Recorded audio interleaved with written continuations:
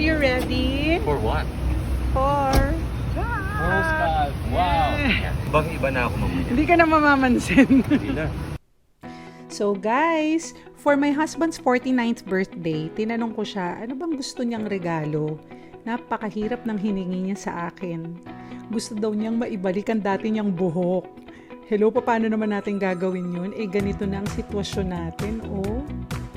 So we went to ProScalp, and this is the first session. After the first session, guys, ang laki na ng pinagbago. O, di ba?